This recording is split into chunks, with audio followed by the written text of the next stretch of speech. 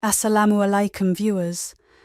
Let's see in the beginning of the episode that in the city, Al-Kim Khatun is constantly running. At this moment he stops the way of the Orhanan and says, "Anyway, where are you going? I told you to stop, you can't hear." So Al-Kim Khatun says, "Get out of my way, I will go to take my father." He says, as soon as she moves forward, Orhanan catches her and then says, "I have told you that you can't go anywhere. Let's go to our room." Al-Kim Khatun says on this, "If necessary, I will break all the walls and go outside." He takes the weapon from his companions and the police and tells the women to take the alchemy letter to their rooms, but they have forgotten the way. These women take him with them.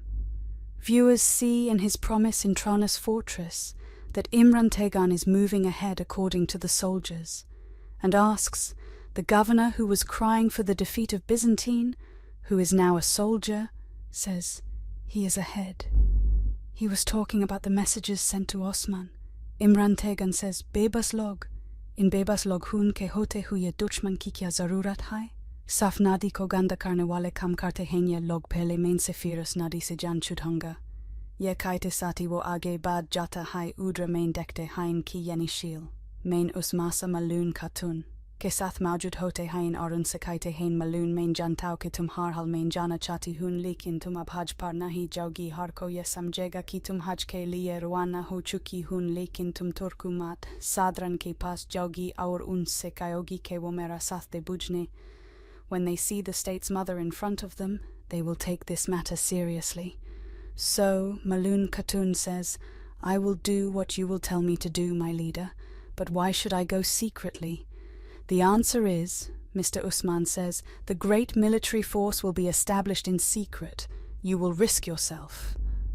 In this moment, Konor comes there with permission and says, "All the preparations are complete to depart on the journey, my leader." After hearing this, Mr. Osman tells Malun Khatun, "Konor will come with you." Then he says to Konor, "Malun Khatun is your responsibility, Konor. No leader or any tribe will remain such that you will not go to, which is called Aban Konor. I will protect your trust more than my life, my leader. Whoever's heart beats for us, he will be included in this campaign." So, Mr. Osman says, after doing his job well, neither Tajuddin Noyan nor Rome's jinn will be able to stand in front of us. Manun Khatun says the way is clear and the one who walks on it is also clear. After listening to this, Usman says, "We will make progress first, and then we will become a state that will rule the world. Chai Had, Mubarak." After this, we see that Gernard and Yuya are present in the Ranos fort, and while being troubled, he says again and again, "It has become difficult to collect the money sent to the Uthman. The money has also been taken." The people who are troubled by this, they have reached the point where they can't pay taxes after listening to them. Uluya says, "Then we don't pay taxes after listening to this." A governor says, "How? With what power?" Uluya. Then another governor says, "Uluya prevents this gold from reaching the walls of our castle." The answer, Uluya says, "Cowards. Do you think you can stand in front of the Uthman with these gold pieces? You are only making it stronger." At this moment, the door of the room opens and Imran Tegan enters the room, cutting the soldier. Everyone gets scared after seeing him. And a governor says, "The district of Rome," Imran Tegan says, "you are considered to be the best of Byzantines, and you have tolerated these fools so far." Hearing this, the governor says, "How can you come here and talk to a governor like this?" Imran Tegan says, "What kind of a governor are you? Aren't you the governor who put the weapon in front of Usman?"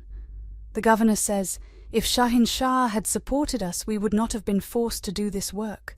You can't leave us alone and do the math." Then another governor says, "Is Shahin Shah so useless that he sent you to us?" Imran Tegan asks, "How many gold coins have you given to Usman?" He says, when you don't get the answer while grumbling, "I asked, how many gold coins have you given to Usman?"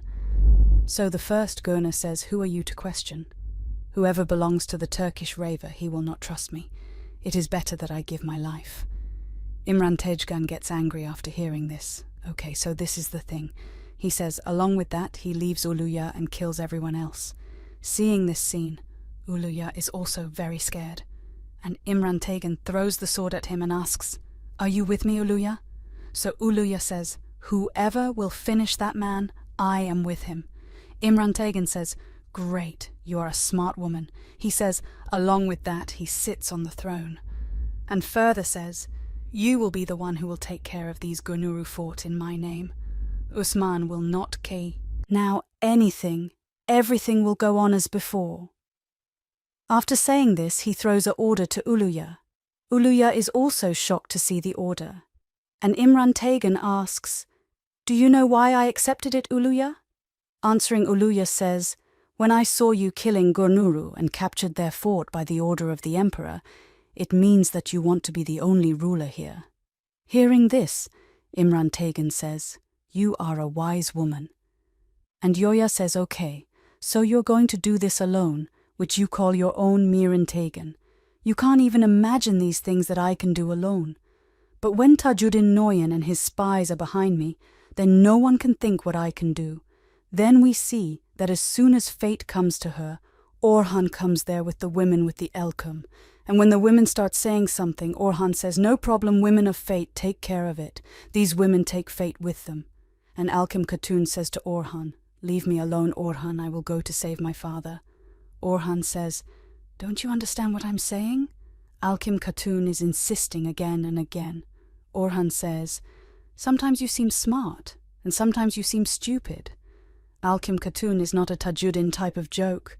With your small mistake, he will make your father and sister-in-law suffer.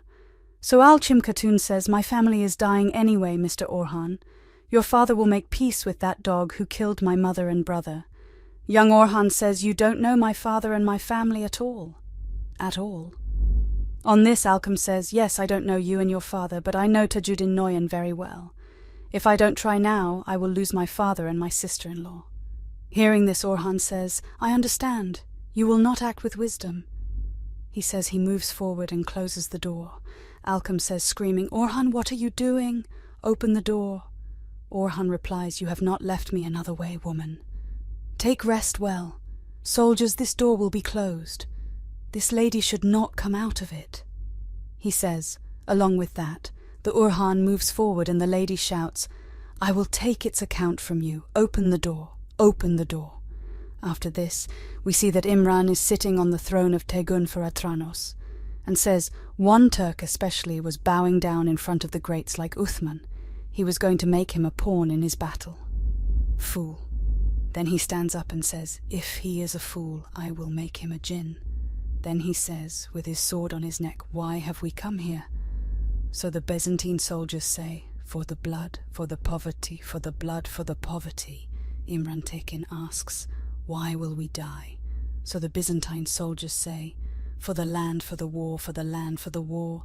Imran Tekin says, 'When there is a war, politics is a game, powerful wars win. We will start this war. We will finish it as we want, and I will decide the principle of this game, so that the people of the day believe that I have united with the Byzantine state.